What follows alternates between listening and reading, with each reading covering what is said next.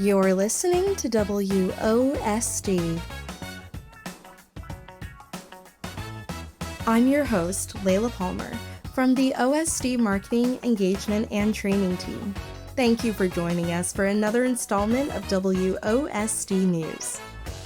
In this episode, you'll hear insights from a few OSD statewide contract category managers on how to make informed purchasing decisions during back-to-school season. Keep listening to learn about statewide contract buying opportunities for the upcoming school year.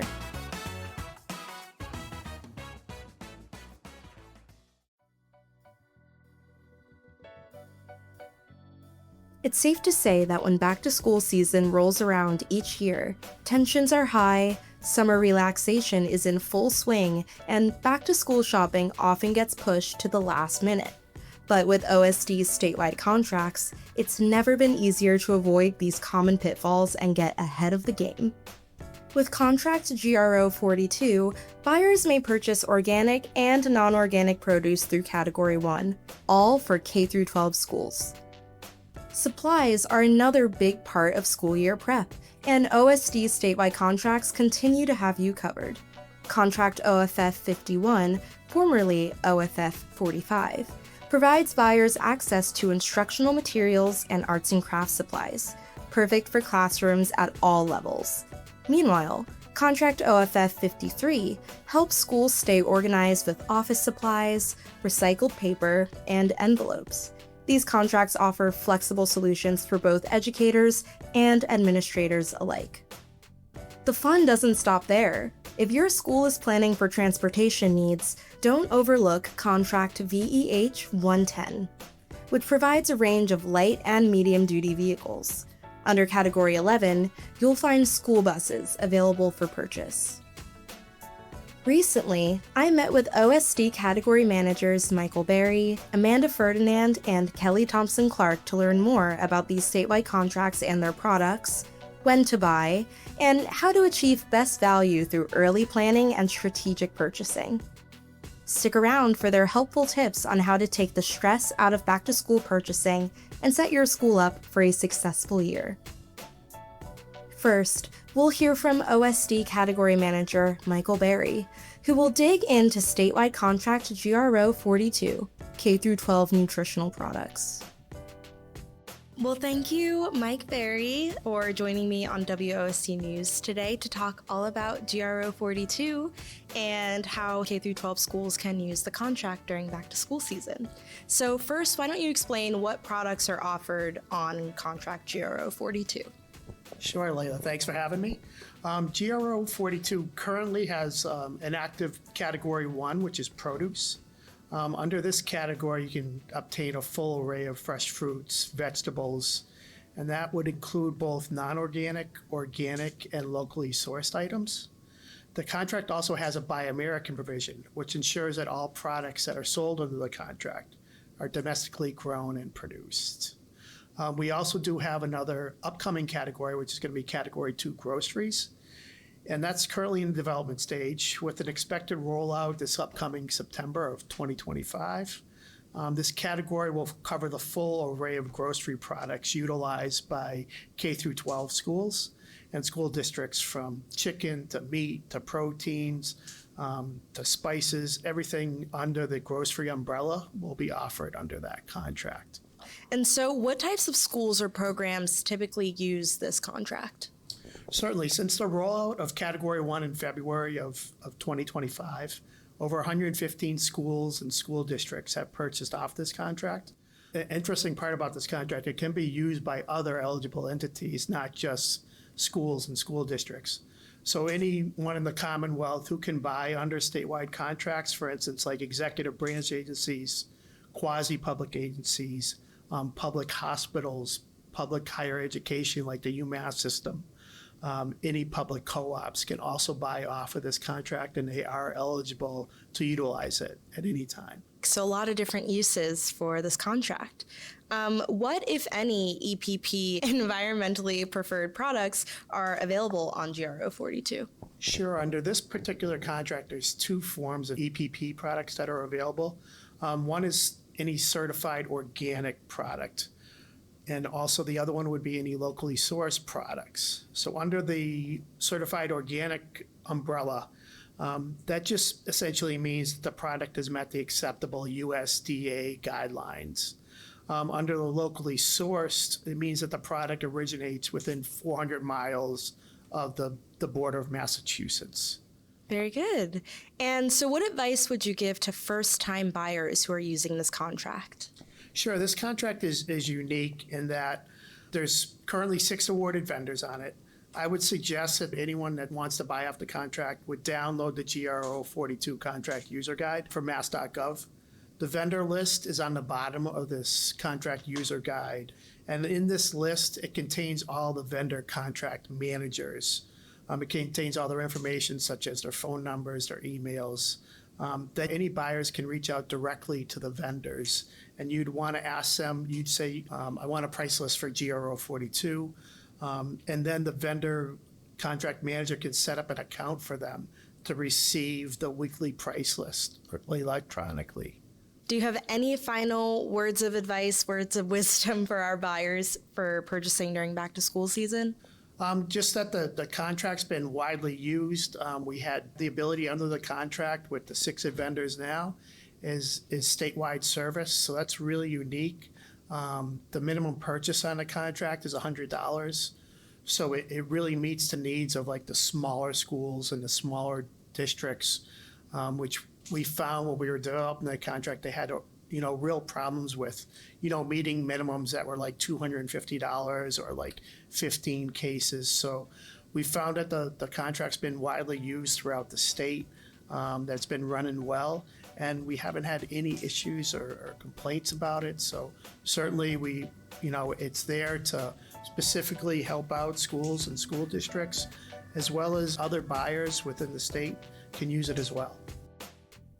Next, let's hear from Senior Category Manager Amanda Ferdinand, who will discuss OFF 51 and OFF 53, and let buyers know how they may make sustainable purchasing decisions under these contracts.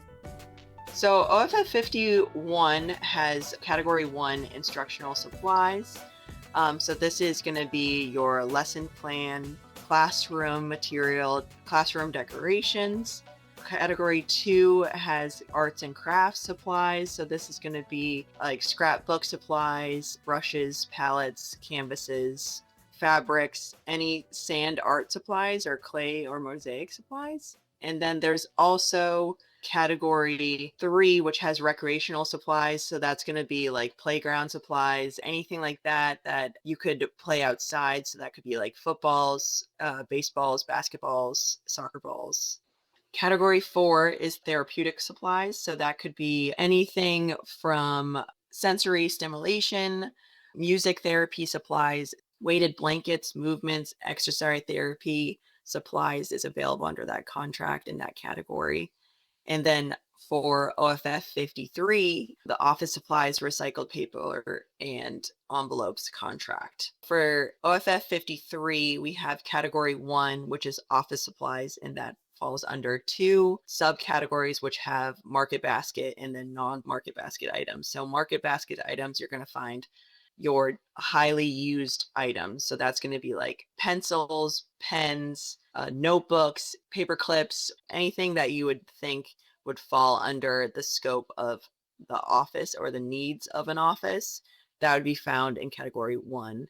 And then the subcategories, you can go from there. And that's all listed in the master price file that's located in Combuys. And then Category 2, that's going to be your recycled copy and print paper. And then for Category 3, recycled plain and print envelopes.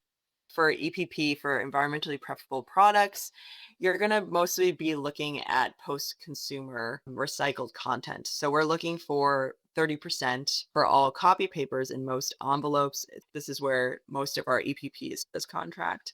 For general information, you can always reference the appendix for the product specifications, which is located in the OFF 53 RFR. There's some required and desired specifications when it comes to EPP for OFF 51.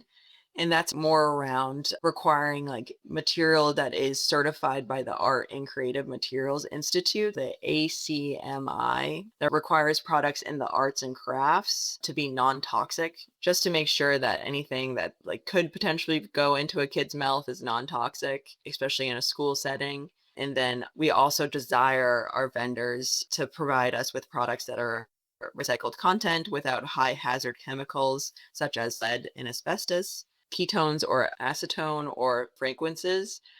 So low odor or water-based and fragrance-free markers, for example. Yeah, that's pretty much it for the EPP aspect. Both our FARs list additional information. So for first-time buyers utilizing OFF 51, I think that it's important to know what you're asking from the vendors. What are you procuring? What are you interested in buying? Because that will just define what category that you're looking to request quotes from the vendors. So if you're looking for something that's in the instructional supplies category, say like calendars or school supplies specifically for a subject, then you would be quoting from category one vendors, awarded vendors. It's always important to note what vendors are awarded in because you don't want to request quotes from a vendor that's not awarded in that category. And it's important to make sure that if anything for deliverables, it's discussed in advance. You can request that at quote or at quote acceptance, and then that you're on the same page with the vendor on delivery. Lastly, Category Manager Kelly Thompson Clark will discuss Category 11 of Statewide Contract VEH 110 and give buyers tips on purchasing school buses for the upcoming school year.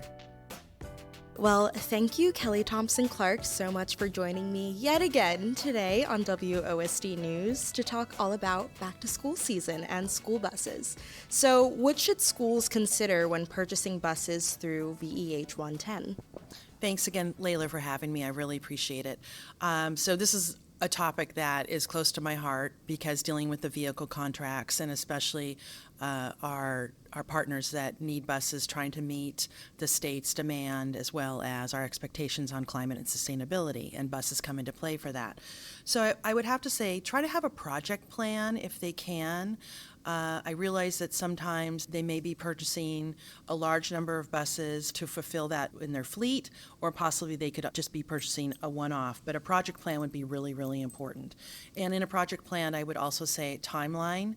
What is the timeline that they are looking for? What are their needs? How do they need this fulfilled and by what time? Because there is a lead time, and I know we'll get into that in a few minutes. How many buses do they need? Do they need one or do they need, 10? And depending on the size of the community, like Boston, for instance, they're ordering large amounts at one time, and a smaller community might just need one or two. Also, what types of buses do they want? Do they want an ICE vehicle, which is an internal combustion engine, a traditional school bus, or are they going for an EV? Because if they need an EV, then they've got to think about the infrastructure that's involved with that as well. And finally, I think something that's probably most important to them is funding. What is their funding source? Are they paying for this as a capital improvement on their own budgets? Are they getting funding, grants, things like that? Or are they utilizing a municipal lease, which is another option as well? Perfect. Yeah, and great point about the infrastructure needed for an electric vehicle, for instance, and the listeners can learn all about that in another podcast I did with you last year on electric vehicle infrastructure. So, but back to the school buses. So you mentioned lead time is definitely a thing that buyers need to consider. What does that lead time look like for certain school buses, whether it's a smaller amount or a larger amount, or the difference between the ICE internal combustion engine vehicles versus the electric vehicle options? So an ICE vehicle is probably going to take less time and be more readily available. An EV is going to take a lot more time because there is manufacturing involved. We have to remember, too, that they're not the only one that's looking to purchase a bus. There's probably at least 5 or 6 districts or even other states that are in front of them when it's being manufactured. So I would say a minimum is probably 6 months from the time that they get their purchase order completed and into whatever company they're using. And again, they can't start manufacturing a bus until they actually have that purchase order and that commitment. Also, I think it's important to note what size of bus they need, because our VEH 110, that is light to medium size vehicles, so it could be anywhere from a smaller bus up to maybe a 30 passenger bus. And then our VEH 111, that's our larger school buses, and then coach buses. So if a community is looking to get a coach size bus, that's on 111 as well as the larger school buses. And you can get EVs on either side of it. EV buses are definitely available, and I would say predominantly that's what most of the communities are ordering at this point, because they're trying to meet that climate and sustainability goal that we all have.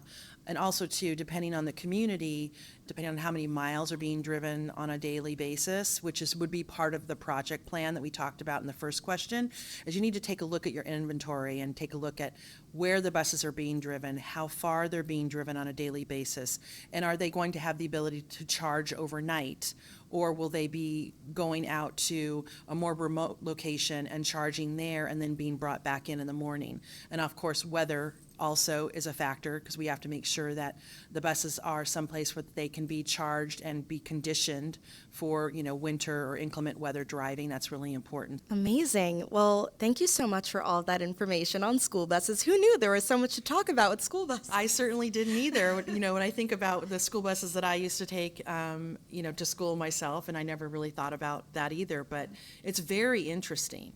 And, the communities are very passionate about it because, of course, it's carrying our most precious cargo, pupils, children of any age. And then, of course, the parents are also very involved, too. But there's a lot of pressure on school districts because they're trying to do it right. They've got limited funding. They're trying to make sure they have the safest vehicles on the road they possibly can. And, a school bus is not a cheap undertaking. They are very expensive, and so making sure that they're getting the best bang for their buck, but also making sure they have the best vehicle possible to carry that precious cargo is of the utmost concern for everybody. This concludes today's episode on purchasing during back-to-school season. To get started on purchasing from GRO 42, OFF 51, OFF 53, and VEH 110, head to mass.gov/buy from a statewide contract. OSD looks forward to engaging with you on our social media and YouTube channels. Links to those are in the description box. To suggest ideas for future podcasts, email the OSD team at osdoutreach@mass.gov. Thanks again to Michael Berry, Amanda Ferdinand, and Kelly Thompson Clark for joining us today.